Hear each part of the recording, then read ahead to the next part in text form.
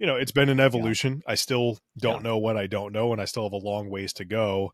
That's not really the nature of what we know to be true as it comes to coaching, which is incremental change. And that requires patience, which requires that coaches have to be able to communicate. And that's what that's what we mean when we say you have to meet your clients where they are.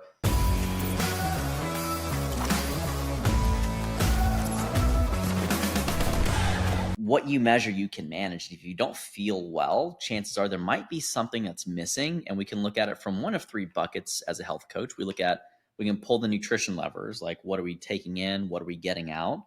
We look at fitness. What activity are we doing? What activity we're not doing? And what's our body comp look like from that perspective? And we look at lifestyle, like what does your stress do? How does your stress evolve? And how does that influence your physiology to make you ready to implement more training stress? And I think that a lot of people are constantly just worried about the physical stress of let's work them out harder. And, you got to grind, which I hate the fact that when I reflect on being a coach in my 20s, and I think every fitness influencer is this way right now, but they're like, fuck, I don't care if you have 4 kids and 2 jobs and you fucking grind, you find a way, you measure your food. And people are like, dude, listen, Dino Nuggets was dinner last night. Fuck off.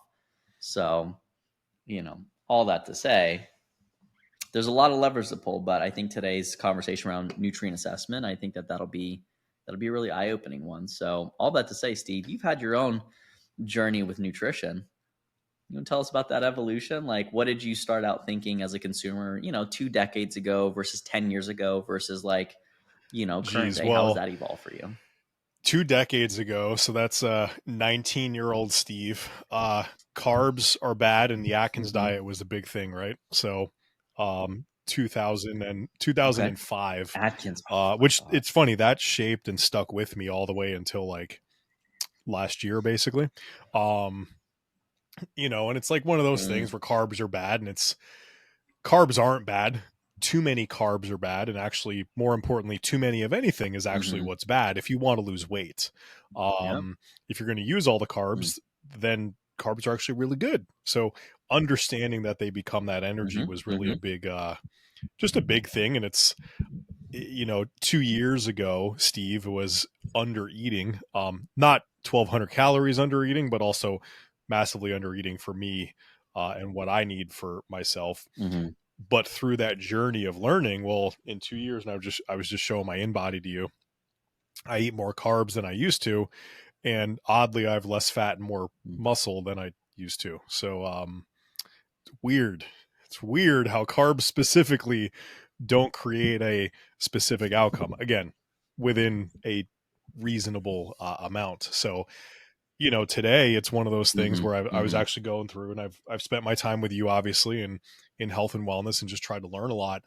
um I've put together kind of like, all right, you know what, I need to program for myself. I need to make sure I'm doing my thing. I got to focus on what my nutrients should likely be and what am I going to do. And today was like testing day for, hey, I'm going to go in and I'm going full kind of reverse bulk and going to gain some muscle and all those things. And last week I was on vacation, so I was like, I'm not going to worry about it. I'm going to enjoy. I'm just going to make sure I hit my protein.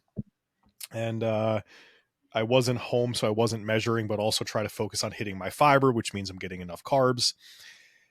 And it kind of went well, without having to measure every single thing. Ooh. Now, I want to be very intentional over the upcoming Mm-hmm. couple of weeks, so I am going to measure. But like you said, when I first started measuring and weighing food, it was awful. Now, if I spend 5 minutes in a day measuring and putting it all into the app to Mm-hmm. track, it's not that bad. So, it's been an Yeah. evolution. I still Yeah. don't know what I don't know, and I still have a long ways to go. But I'm curious if I can program and focus and do the thing I want to do to gain lean mass intentionally without gaining a bunch of fat, or potentially not even gaining body fat percentage, we'll say, because over time gaining weight, you're going to gain some fat. But I don't want to undo all the hard work, and I want to clean bulk, not dirty bulk like the last time. So um yeah, it's been an evolution. I Carbs are now a necessity. Eat lots of protein and do my jam. 233 grams of protein a day is the target right now. So Mm-hmm. Mm-hmm. Yeah, I mean, it's been a fun evolution to watch the behaviors change and the conversations that we've had of, do I eat rice or do I eat a sweet potato? And trying to steer me to say do the sweet potato when I said I don't give a fuck what you eat. Like it doesn't really matter. You want a little bit more of a vitamin A, sure, go with the sweet potato. But by and large, I think that, you hit the nail on the head. The devil's in the dosage. And I think that's a really good overarching coaching philosophy for people to, if you're not adopting that, more is not always better. But on the other end of the spectrum, not enough is also just as bad. Most people tend to definitely oscillate between all or none is another way of thinking about that. Like, well, didn't measure any of my food today, so I'm not going to measure dinner, and I'm just going to jump off the deep end and do whatever I want to do. And that's not really the nature of what we know to be true as it comes to coaching, which is incremental change, and that requires patience, which requires that coaches have to be able to communicate.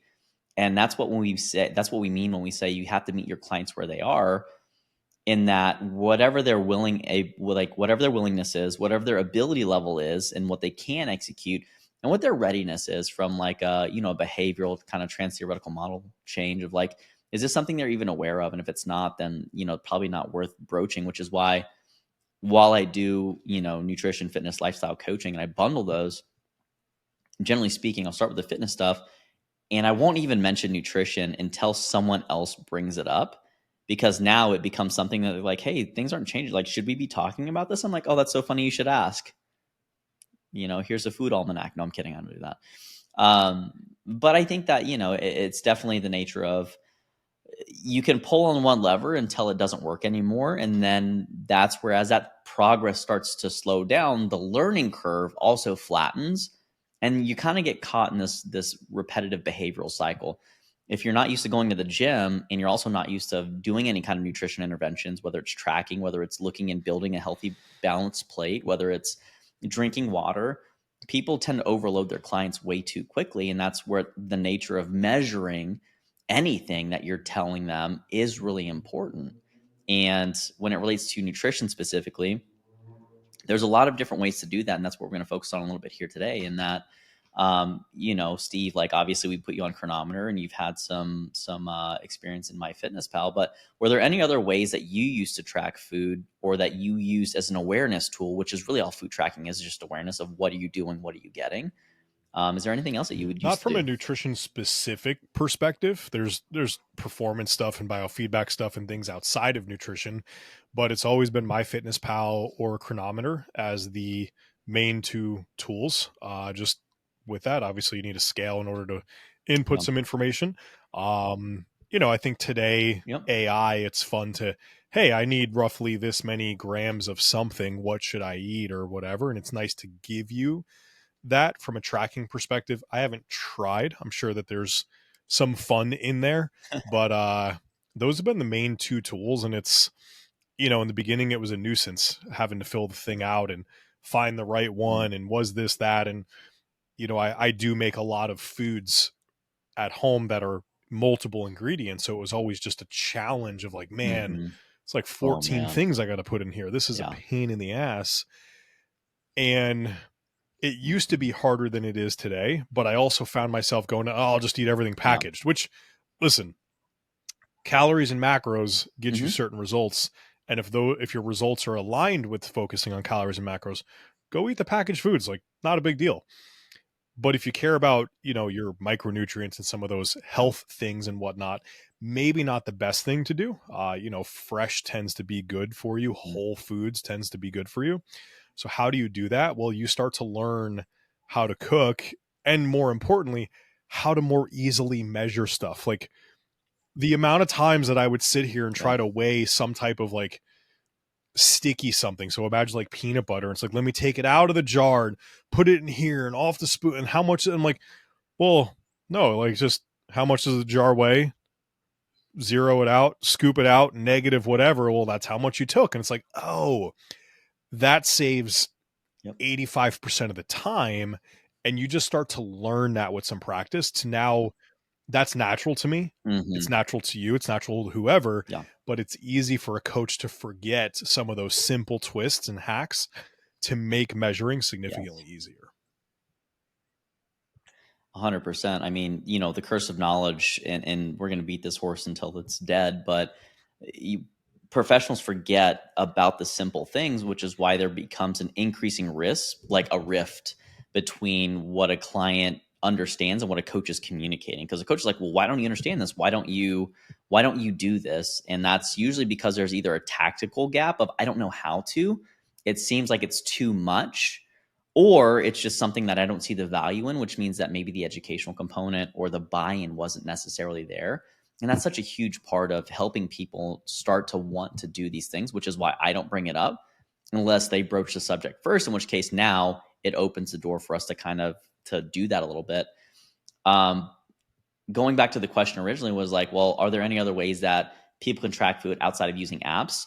There are a lot of other things that when we're talking about creating awareness, we're just looking at, again, the 4 coaching questions. What do you want?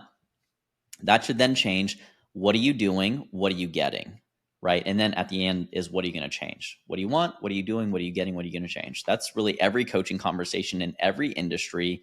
It doesn't matter if you're coaching executives. It doesn't matter if you're coaching nutrition. It doesn't matter if you're coaching fitness.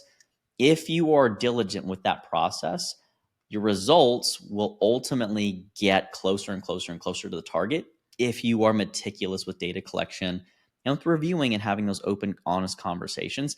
Now, if you have no idea what the fuck you're doing, it's going to take forever. And that's where you're going to get fired, right? But when you talk about how do we develop awareness around food, do we have to use a food? Do we have to use technology? Not necessarily. The thing that we could potentially use is photo food logging. We could also use, Steve mentioned biofeedback. How are you feeling? How is your performance shaping up? How are you sleeping? Like all of these things tell a little bit of the big picture. And that's why really great coaches can infer a lot of information without making the client feel like they have to fill out a 50-question survey. And most nutrition coaches will do some kind of weekly coaching check-in, and the biofeedback they'll collect. And we've mentioned this in a previous episode: sleep, hunger, energy, recovery, digestion, stress, libido, mood, whatever else. There's so many different variants of that. But when we look at the objective nature, which by the way, like we don't start with food tracking because the majority of people will underreport what they're eating by 70%. Like, so is it the most reliable thing? No. Not everyone's hyper conscious of like every single Skittle every time they walk by, a work thing. They have like a donut, they eat a little bit of that. The grazers, if someone's a grazer, food tracking is probably one of the hardest things to do accurately to get the information that you need to make meaningful change, because they won't track every lick, taste, and nibble is what we call those. And even your sauce, actually, oddly enough, adds up. Like a little thing of Chick-fil-A sauce, I believe it's anywhere from 160 to 230 calories. And that's just Hey, a single hey, packet, hey! which, by the way, You if you don't like yelled at me Chick-fil-A one sauce, I time got for beef. tracking my sriracha sauce, bro.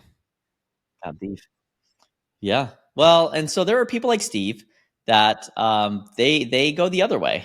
They go the other. I'm pretty sure he logged Frank's Red Hot sauce at one point, which for a sodium perspective, I appreciated it and I love it. But the idea with awareness is to eventually get people to feel and to know what it should feel like to be in a great, a mood state. So when we talk about nutrition coaching and nutrition tracking specifically, there's really 3 things that you should probably understand. Number 1 is the calories. Calories will control your weight. It's literally the law of thermodynamics. You can't create or destroy energy. You can only convert it into different forms. So if you eat more energy, aka calories, which 1 calorie equals 4.134 kilojoules. And if you look at like foreign, and I shouldn't say foreign, right? Sorry if you're like an international listener, you're not foreign. This is a sensitive topic in America right now. But but if you look at international, like in Korea specifically, certain food labels will actually have the amount of kilojoules in there instead of calories. And that really just, again, highlights the nature of like calories are just energy at the end of the day. If you don't have enough energy to keep your lights on, right, you're going to be running at 50% effort. You're going to have mental fog. You're going to be lethargic. You're going to be fatigued. You're not really going to feel well. But if you want to control your weight, you need to eat less energy than what your body's burning, because then you have to go into your storage and your savings and you have to pull it out, right? If you want to gain weight, then you have to consume more energy than what you're spending every day. So basic law around weight management. But if you want to control your body composition, you take those calories and you specify it further. And this is where protein, carbs, and fats, and water, by the way, which water is a macronutrient in my book, and depending on who you ask, because you need it in massive amounts. And I say massive amounts, I mean, we're talking about more than a couple, like I think 10 grams is what they kind of consider the threshold. But, you're looking at, you need 2 liters, give or take. There's a couple of different ways of calculating water. We're not going to get into that today. We'll talk about fluid balance later. But if you want to control and add more muscle tissue, you have to increase your protein intake. This is generally speaking, we find that people that aren't eating enough, you can even go as high as 1.5 grams per pound if you want to preserve lean body mass. And in fact, they actually did some research that I was reading this weekend that if you do 4 aerobic training sessions and 2 lifting sessions a week, while in a deficit, you actually preserve your muscle tissue and while in a deficit. And if you don't do that, you'll still lose body fat, right? Because they looked at people that didn't exercise and just, did the nutrition thing, people that just strength trained and people that did strength training and aerobic activity. The only group that preserved most of their mass, I'm saying like 95 to 97%, were the people that did 6 days of training per week, which just seems like a lot to me, but I don't think you're exactly lifting a house per se. You're not probably super strong during that deficit. But all that to say, you got to eat more protein if you want to keep your muscle tissue. You got to eat more carbohydrates if you want to be a powerful athlete, right? If you do a lot of anaerobic activity, things that are probably less than 90 seconds of high exhaustive, fatiguing effort, whether it's resistance training or sprinting, like you need carbohydrates to power that. Otherwise, you're just going to kind of not really train very hard. It'll be tiring, but it still won't be hard compared to what it would be if you were well fed. So, and then obviously if you have some hormonal stuff, like dietary fats are really good for managing that. So that's your macronutrient stuff. And then obviously the micronutrients will control how you feel, right? They'll influence your mood. They influence neurotransmitter creation. They really just like are the glue and spackling that keep the entire building together. Nails, screws, all that stuff. So you definitely want to make sure you're consuming adequate amounts of all 3 of those things. And it already gets pretty complicated, which is why a coach exists. They're there to take all the information you're giving them as a client and look at, well, what's the biggest thing that we can do that's going to take the least effort that will give us the biggest return? And when we find that's the Goldilocks zone, that's going to be the perfect recommendation. And by the way, your client probably already knows the answer. So rather than coming to them and be like, hey, this is what I think you should do, and here's like all this other reason, and trying to convince them to do something, it's probably just easier, honestly, after 20 years of coaching to be like, hey, like, what do you think is missing? Here's the information. What do you want to do about it? And that's where they usually have more buy-in because they're in control, or at least they feel like it. And if you're a good coach, you trick them. You just trick them like, Steve, you shouldn't track your food every day this week. You should just open the app, just download it a little bit, see what you think. Next thing I know, 7 days of data in there. I'm like, oh, that's crazy. Oh, he's one of those. Man, Steve's been a fun one. lots of tricking. But you find people are self-motivated, and then there's also people that you have to push. And I was having a coaching conversation with a client today, and quite frankly, like she hasn't opened the nutrition coaching app that I use, which is medical grade nutrition coaching. And it's like, it's called Chronometer. And it's the one that I recommend if you are going to use an app that you use, right? There's also MyFitnessPal, which they did a whole bunch of crazy shit, and they're not as detailed in terms of their micronutrients. And that's an important function of putting people on the right path as to what they should be consuming. And when we consider, like, Steve, you at one point did a specific kind of test. Do you remember what that test was called? It was the blood one where you got your specialty supplements? Oh, the What they mineral test you for? test. Oh, the DNA Your test. DNA Well, test, I right? had my DNA test through 23andMe, I think it was, that I was able to upload along with a Oh, blood okay. test Yeah. for just a blood test, and then also a vitamin and mineral test in order to Uh-huh. get my actual complex for my Yep. daily vitamin. Mm-hmm. So I mean, it can get really complicated, and it can also be super simple. At the end of the day, if you want to get the best outcome in the shortest period of time, you have to spend money on like DNA testing, on all these other things. But if someone has to spend, like, we're talking about probably a couple grand on different types of lab testing, between blood work, between DNA testing, between Dutch testing, urine testing, between stool testing, it easily adds up. And in fact, I took a course where they were like, yeah, beginning coaching just for the tests and stuff is probably going to be closer to like $3,000 to $5,000 with the supplements. And you're like, what the, for some coaches, that's oftentimes the entire coaching package. So that's where you have to balance what information you need with what tests you're giving and what is going to be expensive. And if your client has the means to do it, by all means. But most clients are going to probably, in today's day and age, be a Well, little it's bit cash I would strapped, also, right? on Because that side of things, go I would ahead. also say it's not only a means thing, but it's Yeah. also a level of trust thing, right? Because there's so many times where you Mm-hmm. go out and you Mm-hmm. spend money on something and it doesn't give you a result that, most people are willing to spend Yeah. $500 to change their health and get closer to whatever goal they care about. But today, Mhm. most people are willing to spend the $500 only if they believe that there's something on the other side of them, on the other side of that result that's going to actually Yeah. help. Where how many times have we done something, we spent money and it Mm-hmm. didn't give us what we thought it was going to give us? Yeah. Yeah. 100%. And that's one of the reasons why we find that clients will oftentimes in their head mentally quit the coaching process in between weeks 1 and 3. If you don't get them some stackable wins or some things that are showing positive change, which is why I'm a nutcase. I look at chronometer. I will not work with a client unless they have a body composition analysis scale that is somewhat quasi medical grade, like an InBody, like a DEXA, like anything where they can look at it week over week. Because what we're trying to do is, what are you doing? What are you getting? What are you doing? What are you getting? What are you doing? What are you getting? What are we going to change?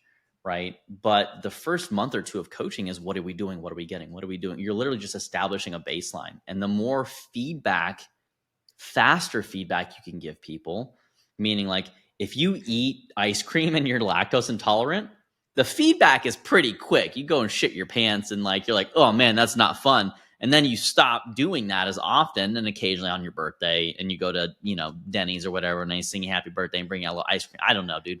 I barely work here. But they bring you this thing, and like, you're like, oh, you eat and you shit your pants again. And maybe it's like a once a year thing. But my point is that's pretty immediate biological feedback. The problem is with coaching is that you can't be there with a client all the time. So you have to equip them and train them by the virtue of what you talk about in your coaching consultations. You say, okay, what was your body composition this week? In body went up, in body went down, right? Skeletal muscle went up, skeletal muscle went down, weight went up, weight went down. Okay, well, cool. Let's look at your nutrition. How was that? Oh, I didn't track this week. We have no idea what you did to get what you got in the last week. I can no longer effectively coach you if you don't bring that information.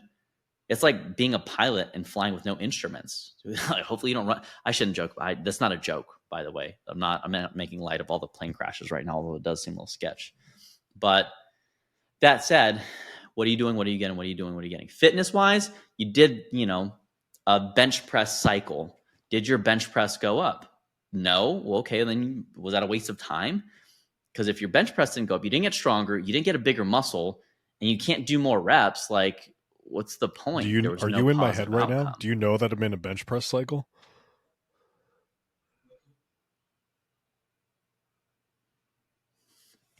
That's wild. Yeah, that's right.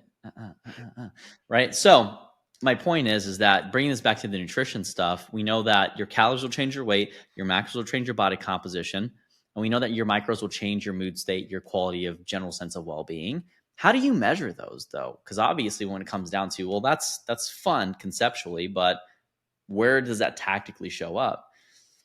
Using a tracking app, right, is going to basically take a food almanac and apply it to what your client's doing. And you can now see what are your nutrient intakes across micros, macros, calories, and what are your body composition changes that are happening on a weekly basis. And you can start to get them to associate the same way that dairy intolerance, lactose intolerance, shit my brains out, eat too much, gain weight, right? Or eat more protein, muscle goes up. And you start to help them really hammer in these relationships. And that's what creates coaching longevity, where people are going to be able to coach themselves, which is really the goal. And that's how you get referrals most often, is you deliver a world-class experience. You help people get to their goals. Notice I didn't say you get them to their goals, you help them. And then on the back end of that, they feel good about the process and they want to share about that positive experience. So there are things that you can tell, kind of couching all of this nutrient assessment stuff, in that when you're looking at something like chronometer, you want to translate food and nutrients, or food um, into actual nutrients, and nutrients into food, because you're like, hey, you didn't have enough vitamin A. Or oftentimes people are like, well, it's funny. People think vegetables aren't carbs. It's crazy to me, right? People think carbs are like starches, rice, potatoes, but they forget that vegetables are actually carbohydrates.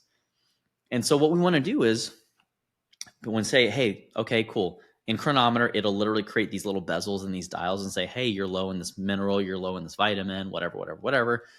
The cool part about what that app will do is it'll tell you, hey, in your vitamins, these are the vitamins that were low.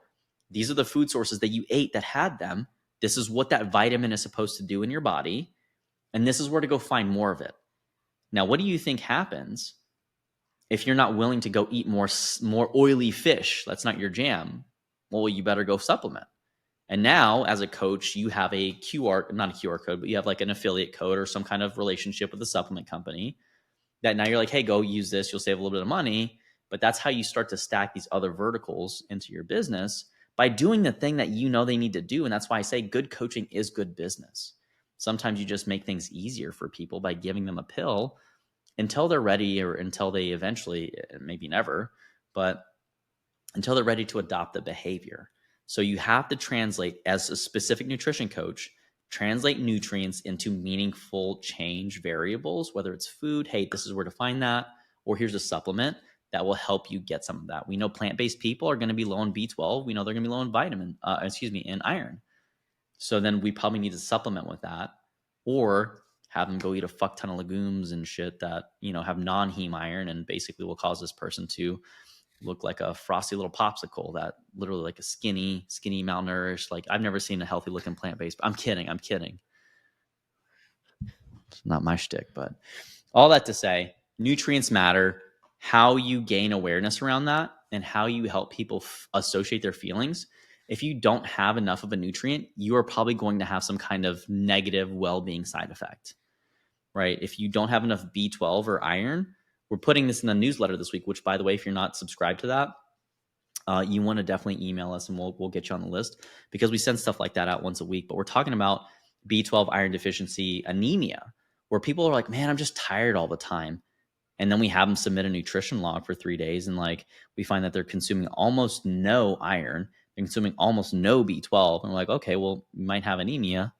Maybe we administer a questionnaire, and we notice that, okay, cool, like, you probably do have anemia. You should go get screened by a physician, just to make sure that it's not a health complication. And then we just give you some more of the nutrient, and you feel better, is usually how that goes. So yeah, Steve, anything to conclude with as it comes to assessments, No, I think verticals, at the end of the day, helping your backflips? clients learn to track, meeting them where they're at, taking those steps, helping them start to understand that depending upon their goals, big picture calories, next level down macros, next level down micros, in that order. Your micros don't necessarily matter if your calories are way out of whack. Your micros don't matter if your macros aren't where they want to be, because guess what? People at the end of the day are going to want a certain appearance, a certain performance, a certain something before they care about specifically their vitamin A. Now, fact, and just say, because I said it, vitamin A might be the thing to help them get the appearance or get the performance. But if they don't look it or feel it, they're not necessarily ready to take action on some of those things, right? And obviously everybody's goals, all Yeah. those components all matter.